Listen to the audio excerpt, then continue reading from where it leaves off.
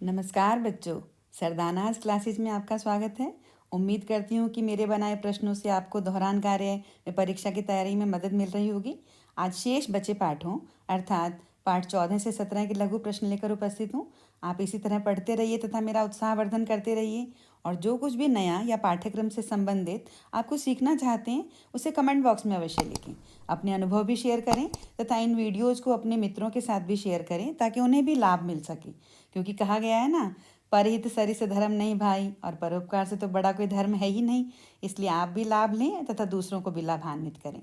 तो आइए देखते हैं इन प्रश्नों को। पाठ 14 है एक कहानी यह भी, जिसे लेखिका मन्नू भंडारी ने लिखा है। तो इसका पहला प्रश्न है, लेखिका मन्नू भंडारी को साहित्य की दुनिया में प्रवेश किसने करवाया। यद्यपि इनके उत्तर आपको डिस्क्रिप्शन बॉक्स में मिल जाएंगे, लेकिन आज मैं इनके उत्तर आपको वर्बली बताऊंगी, क्योंकि कुछ बच्चों की डिमांड है कि आप जब पढ़ाते हैं तो हमें अच्छे से समझ में आता है। तो आज उनकी बात मान लेते हैं और इनके उत्तर साथ साथ बताते चलते हैं। तो लेखिका मन्नू भंडारी को साहित्य की दुनिया में प्रवेश प्राध्यापिका शीला अग्रवाल ने करवाया था। मन की भावनाओं में चलने वाला विरोध क्या कहलाता है? मन की भावनाओं में चलने वाला विरोध अंतर विरोध कहलाता है। लेखिका के पिता किस कारण से शक्की स्वभाव के थे? लेखिका के पिता को अपनों से विश्वासघात मिला था, इस कारण वे शक्की स्वभाव के बन गए थे। मन्नू भंडारी का जन्म कब और कहाँ हुआ था? मन्नू भंडारी का जन्म 1931 में भानपुरा गांव में हुआ था, जिला मंदसौर, मध्य प्रदेश। लेखिका को वर्तमान में कैसा जीवन पसंद नहीं था? तो लेखिका को वर्तमान में महानगरीय जीवन अर्थात फ्लैट कल्चर पसंद नहीं था, जिसे आज हम लोगों ने अपना लिया है। मन्नू भंडारी के पिताजी के स्वभाव की क्या विशेषताएं थी?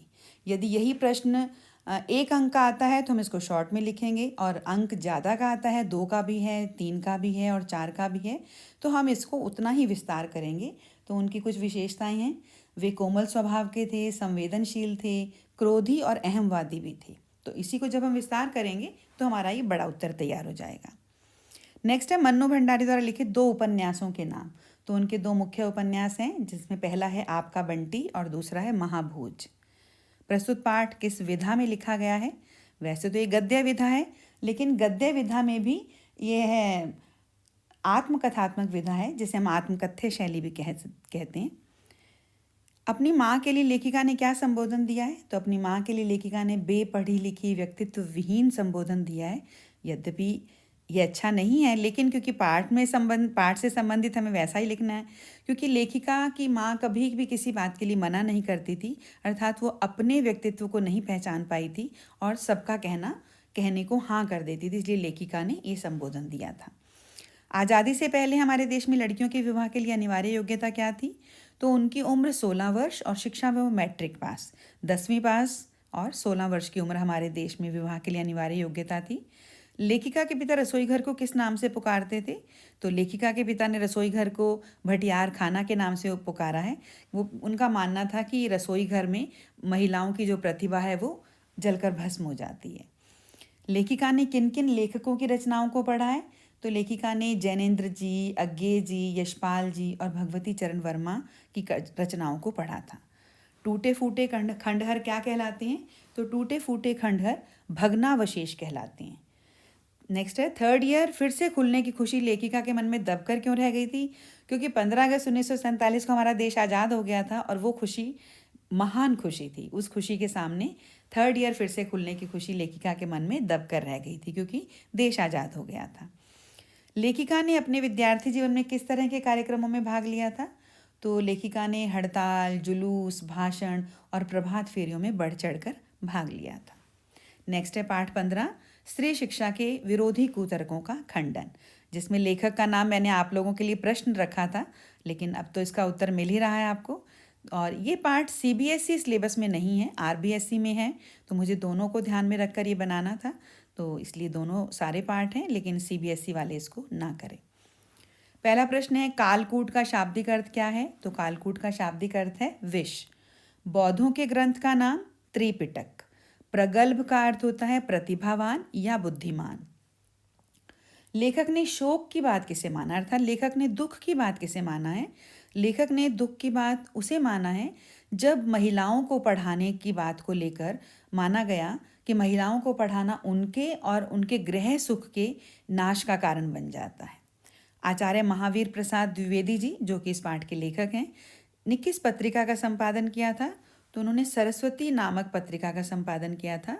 प्राकृत भाषा में रचित 2 ग्रंथों के नाम कुमारपाल चरित और गाथा सप्तशती। पुराणों में स्त्री शिक्षा का उल्लेख क्यों नहीं मिलता?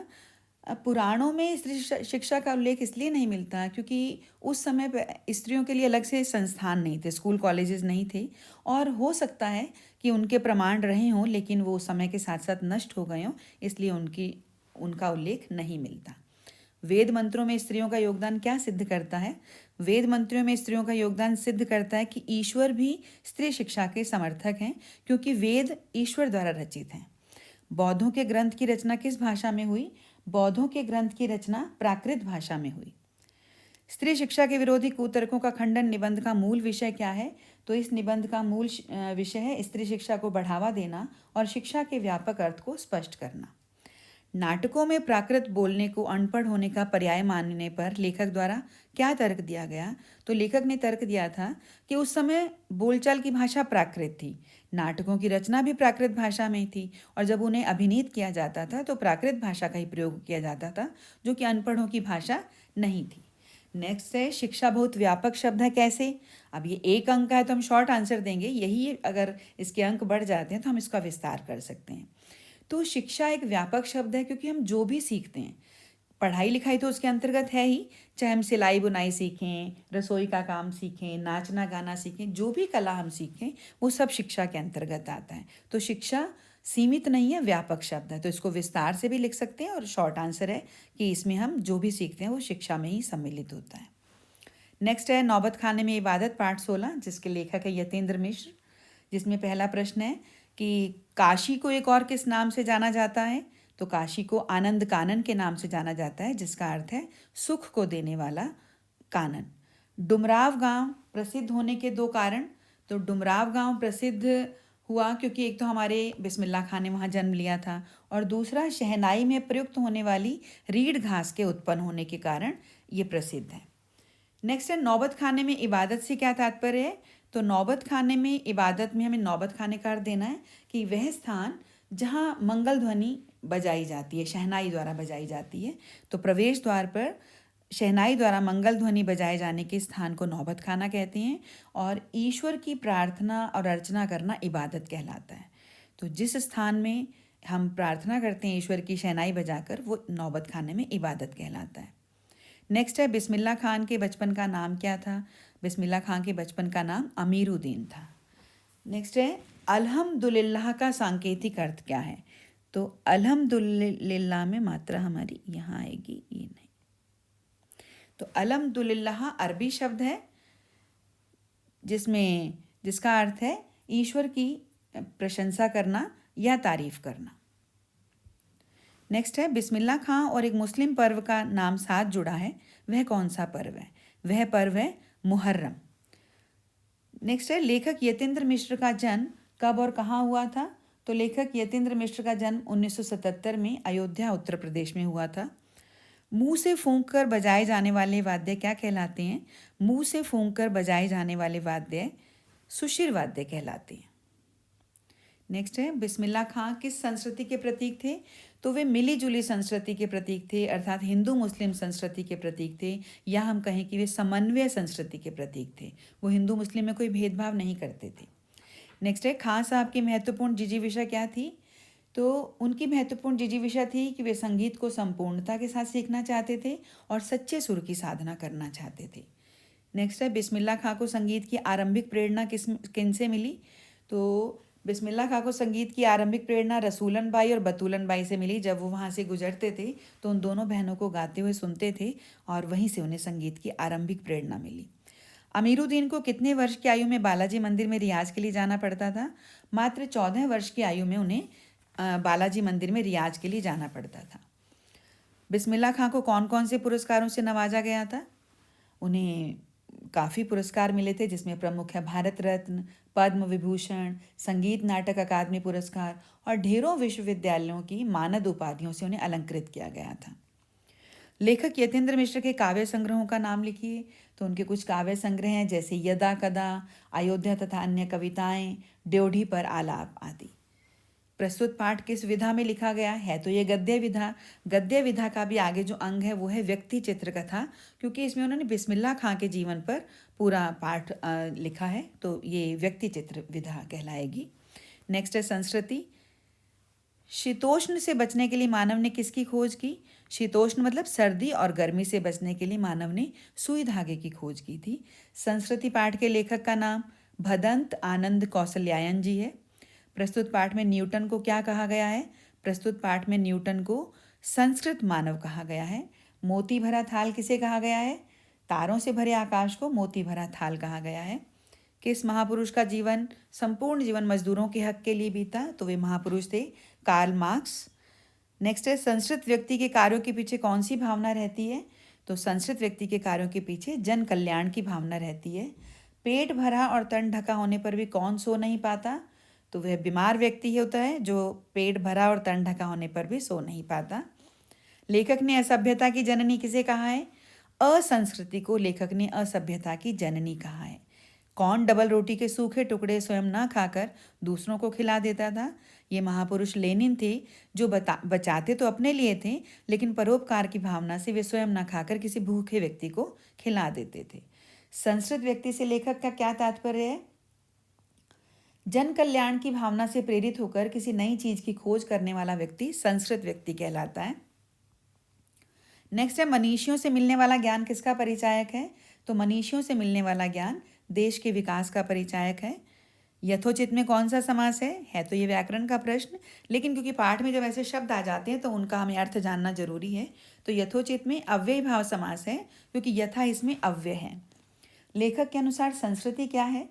नई खोज की योग्यता, प्रेरणा या प्रवृत्ति ही संस्कृति कहलाती है। लेखक भदंत आनंद कौशल्यायन जी का जन्म कब और कहाँ हुआ था? सन 1905 में पंजाब के अंबाला जिले में हुआ था, सुहाना गांव में। मानवता के विकास के लिए किस गुण का स्थान सर्वोपरि है? तो मानवता के विकास के लिए त्याग के गुण का स्थान सर्वोपरि है। प्रस्तुत पाठ किस विधा में लिखा गया है? ये है तो गद्य विधा, लेकिन गद्य विधा में भी ये निबंध के रूप में लिखा गया है, तो ये निबंध विधा में लिखा गया है। प्रस्तुत पाठ में त्याग के क्या क्या उदाहरण दिए गए हैं? तो ये प्रश्न 2 अंक का भी आ सकता है, 3 का भी, और हमारे पास 1 नंबर का है तो हम इसको शॉर्ट में आंसर लिखेंगे इसका कि माता का रात को बच्चे के लिए जागना, लेनिन व कार्ल मार्क्स का कि दूसरों के प्रति सहानुभूति, और सिद्धार्थ अर्थात महात्मा बुद्ध का मानवता के लिए गृह त्याग करना, ये उदाहरण इसमें दिए गए हैं। और जब विस्तार से लिखना होगा तो एक माता अपने बच्चे के लिए क्या त्याग करती है, लेनिन और कार्ल मार्क्स ने क्या किया, और सिद्धार्थ ने क्यों और किस तरह से गृह का त्याग किया था। तो ये हमारा प्रश्न 4 अंक का भी तैयार हो जाएगा, 3 का भी। नेक्स्ट है सभ्यता एवं संस्कृति में क्या अंतर है? तो सभ्यता मनुष्य का बाहरी व्यक्तित्व है, अर्थात उसका रहने का ढंग, और संस्कृति मनुष्य का आंतरिक व्यक्तित्व है, अर्थात उसके सोच विचार का ढंग। तो यहाँ हमारे गद्य खंड के सभी पाठों के प्रश्न समाप्त होते हैं। उम्मीद करती हूँ कि आपको समझ आ रहे होंगे और आपकी तैयारी अच्छे से हो रही होगी। अब शेष रहा पद्य खंड। जल्दी ही आपके सामने पद्य खंड से संबंधित प्रश्न होंगे, और कुछ और जानकारी आप चाहते हैं ग्रामर सेक्शन में, राइटिंग सेक्शन में, तो आप कमेंट बॉक्स में अवश्य लिखें और अपने अनुभव अवश्य शेयर करें। तो मिलते हैं नए वीडियो में नई जानकारी के साथ। तब तक के लिए अलविदा। All the best.